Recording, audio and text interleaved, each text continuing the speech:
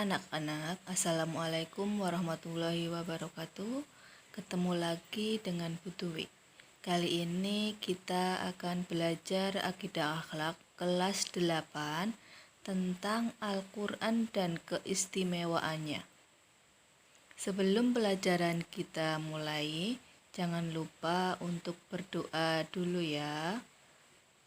Berdoa mulai. Raditu billahi robba wabil islami dina wabil muhammadi nabiyya wa rasula rabbi zidni ilma warzuqni fahma. Berdoa selesai. Kita lanjutkan ya. Yang pertama kita belajar sejarah diturunkannya Al-Quran.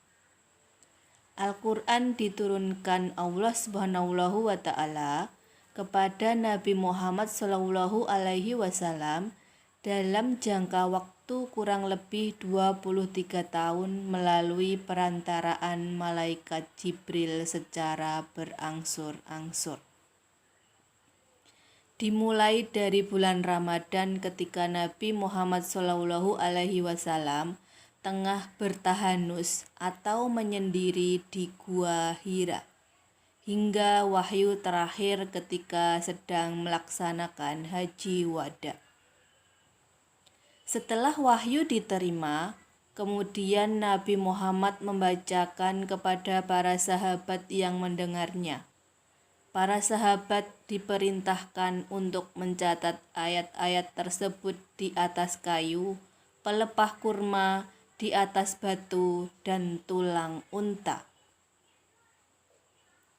Di antara para sahabat yang ditunjuk dan ditetapkan oleh Rasulullah SAW sebagai pencatat wahyu, yaitu Abu Bakar, Umar bin Khattab, Utsman bin Affan, Ali Abi Thalib, Muawiyah, Sa'id bin Sabit, Ubay bin Ka'ab, Khalid bin Walid, dan Sabit bin Qais. Selanjutnya periodisasi turunnya Al-Quran. Para ulama membagi sejarah turunnya Al-Quran dalam dua periode. Yang pertama yaitu periode sebelum hijrah atau disebut juga Makkiyah. Yang kedua periode sesudah hijrah atau disebut juga Madaniyah. Surat dalam Makkiyah berjumlah 86 surah yang diturunkan selama 12 tahun 5 bulan.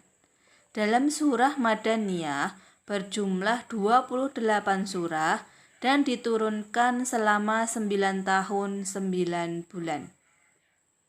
Wahyu yang pertama kali turun pada tanggal 17 Ramadan 610 Masehi di Gua Hira pada saat Nabi Muhammad SAW bertahanus adalah surah Al-Alaq ayat 1 sampai dengan 5.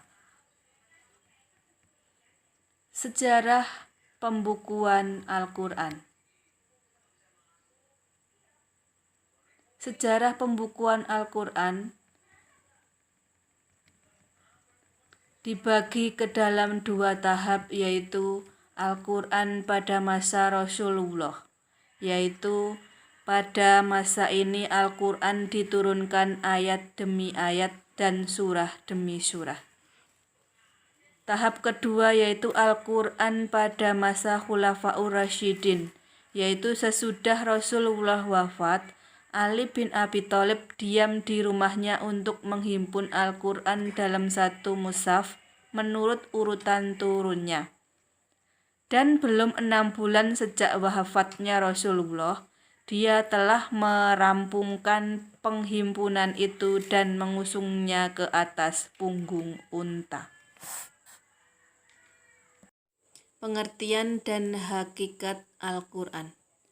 Al-Quran menurut bahasa berasal dari kata qara'a, yaqra'u, Qur'anan, yang artinya bacaan atau yang dibaca. Adapun menurut istilah, Al-Quran adalah kalam Allah yang diturunkan kepada Nabi Muhammad SAW sebagai mukjizatnya dan bagi yang membacanya merupakan ibadah. Al-Quran adalah firman Allah Subhanahu wa Ta'ala yang diwahyukan kepada Nabi Muhammad SAW sebagai nabi terakhir. Dinamakan Al-Quran karena merupakan kitab suci yang wajib dibaca, dipelajari, dan merupakan ajaran-ajaran wahyu terbaik. Al-Quran juga mempunyai nama yang cukup banyak. Di antara nama-nama lain Al-Quran adalah sebagai berikut. Yang pertama yaitu Al-Kitab, yang berarti kitab atau buku. Dan yang kedua Al-Furqan, yang berarti pembeda. Artinya Al-Quran menerangkan secara jelas mana yang benar dan yang salah. Yang ketiga Az-Zikr, berarti peringatan. Al-Quran dikatakan Az-Zikr karena banyak ayat-ayatnya yang berisi peringatan kepada manusia. Yang keempat Al-Huda, berarti petunjuk. Al-Quran dikatakan Al-Huda karena ayat-ayatnya berisi petunjuk bagi manusia. Yang kelima yaitu An-Nur, berarti cahaya. Dikatakan An-Nur karena petunjuk-petunjuknya adalah sebagai penerang hati manusia. Dan yang keenam dan yang terakhir Al-Bayyinah, berarti keterangan. Dikatakan Al-Bayyinah karena ayatnya berisi beberapa keterangan atau penjelas bagi suatu masalah. Bukti tentang kebenaran Al-Quran. Bukti tentang kebenaran Al-Quran dibuktikan dalam surah Al-Maidah ayat 48 yang artinya, dan kami telah turunkan kepadamu Al-Quran dengan membawa kebenaran, membenarkan apa yang sebelumnya, yaitu kitab-kitab yang diturunkan sebelumnya, dan batu ujian terhadap kitab-kitab yang lain. Itu maka putuskanlah perkara mereka menurut apa yang Allah turunkan, dan janganlah kamu mengikuti hawa nafsu mereka dengan meninggalkan kebenaran yang telah datang kepadamu. Untuk tiap-tiap umat di antara kamu, kami berikan aturan dan jalan yang terang. Sekiranya Allah menghendaki, niscaya kamu dijadikannya satu umat. Tetapi Allah hendak menguji kamu terhadap pemberiannya kepadamu. Maka berlomba-lombalah berbuat kebajikan. Hanya kepada Allah lah kembali kamu semuanya. Lalu diberitahukannya kepadamu apa yang telah kamu perselisihkan itu. Ayat di atas menunjukkan adanya bukti kebenaran Al-Quran yang dikemukakan dalam tantangan yang sifatnya bertahap. Yang pertama, menantang siapapun yang meragukannya untuk menyusun semacam Al-Quran secara keseluruhan. Yang kedua, menantang mereka untuk menyusun 10 surah semacam Al-Quran. Seluruh Al-Quran berisikan 114 surah. Ketiga, menantang mereka untuk menyusun satu surah saja semacam Al-Quran. Dan yang keempat, menantang mereka untuk menyusun suatu seperti atau lebih kurang sama dengan satu surah dari Al-Quran. Selanjutnya yaitu isi pokok kandungan Al-Quran, diantaranya yaitu satu, akidah yang artinya mengajarkan kepercayaan kepada Allah Subhanahu wa Ta'ala, malaikat-malaikat, kitab-kitab, rasul-rasul, hari akhir, dan takdir. Keenam perkara ini disebut rukun iman atau pokok-pokok kepercayaan. Isi pokok kandungan yang kedua yaitu ibadah, yaitu mengajarkan cara-cara ibadah kepada Allah Subhanahu wa Ta'ala. Yang ketiga, muamalah, yaitu mengajarkan hubungan antara manusia, baik dalam keluarga, tetangga, maupun masyarakat. Yang keempat, akhlak karimah. Akhlak karimah itu artinya budi pekerti yang mulia, baik dengan anggota keluarga dan masyarakat secara luas, maupun dengan Allah Subhanahu wa Ta'ala sebagai penciptanya. Yang kelima, tarik, yang artinya menceritakan sejarah umat terdahulu untuk diambil pelajaran sebagai umat sesudahnya. Dan yang keenam, syariat, yaitu mengajarkan tentang peraturan perundang-undangan secara menyeluruh yang berkaitan dengan ibadah, akidah, dan muamalah. Dari penelitian yang telah dilakukan menunjukkan bahwa lebih dari 60% ayat Al-Quran membicarakan alam semesta, sedangkan 40% lainnya membicarakan tentang akidah, ibadah, hukum, muamalah, tarikh, akhlak, dan kisah teladan. Selanjutnya, keistimewaan Al-Quran sebagai mukjizat.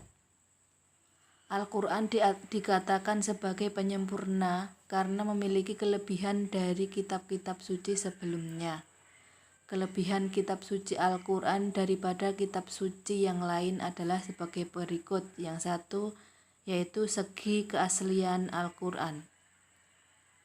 Selama 14 abad lebih, kitab suci Al-Quran tidak mengalami perubahan sedikit pun, baik tulisan maupun isi kandungannya. Yang kedua, segi isi kandungan Al-Quran. Salah satu kelebihan ajaran Al-Quran dibandingkan dengan kitab suci yang lainnya adalah isi kandungannya lengkap, menjawab seluruh problematika kehidupan manusia di berbagai tempat dan zaman. Yang ketiga, segi susunan bahasanya. Artinya Al-Quran diturunkan dalam bahasa Arab, tetapi sangat berbeda dengan bahasa Arab pada umumnya. Yang keempat, segi misi yang diemban. Artinya, kitab-kitab suci sebelum Al-Quran berlaku sementara, hanya untuk umat tertentu. Al-Quran berlaku untuk selama-lamanya dan untuk semua manusia. Oleh sebab itu, kitab suci sebelum Al-Quran dikatakan temporer dan lokal, sedangkan Al-Quran dikatakan abadi dan universal. Ya, sekarang kita sampai hikmah diturunkannya Al-Quran. Sebelum Al-Quran diturunkan, masyarakat Arab hidup dalam kegelapan. Mereka juga disebut masyarakat jahiliyah karena tidak dapat memilih petunjuk dengan benar. Mereka banyak menyimpang dari agama tauhid yang telah diajarkan nabi-nabi sebelumnya. Setelah Nabi Muhammad SAW diutus Allah Subhanahu wa Ta'ala untuk menyampaikan Al-Quran sebagai petunjuk hidup yang benar, sebagian mereka yang beriman dan sebagian ada yang menolak. Mereka yang semula menyembah berhala, kemudian menyembah Allah Subhanahu wa Ta'ala dan mau mengikuti ajaran Islam. Dengan demikian, hikmah diturunkan Al-Quran adalah untuk menuntun manusia ke jalan yang benar agar selamat hidup di dunia dan akhirat. Evaluasi bab 1 tentang Al-Quran dan keistimewaannya, yaitu dengan mengerjakan pertanyaan-pertanyaan 1-5 dan dikerjakan di buku tugas.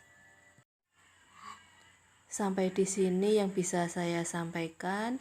Semoga bermanfaat untuk kalian semua. Sampai ketemu lagi di pertemuan selanjutnya. Saya mohon maaf apabila ada salah kata. Saya akhiri. Wassalamualaikum warahmatullahi wabarakatuh.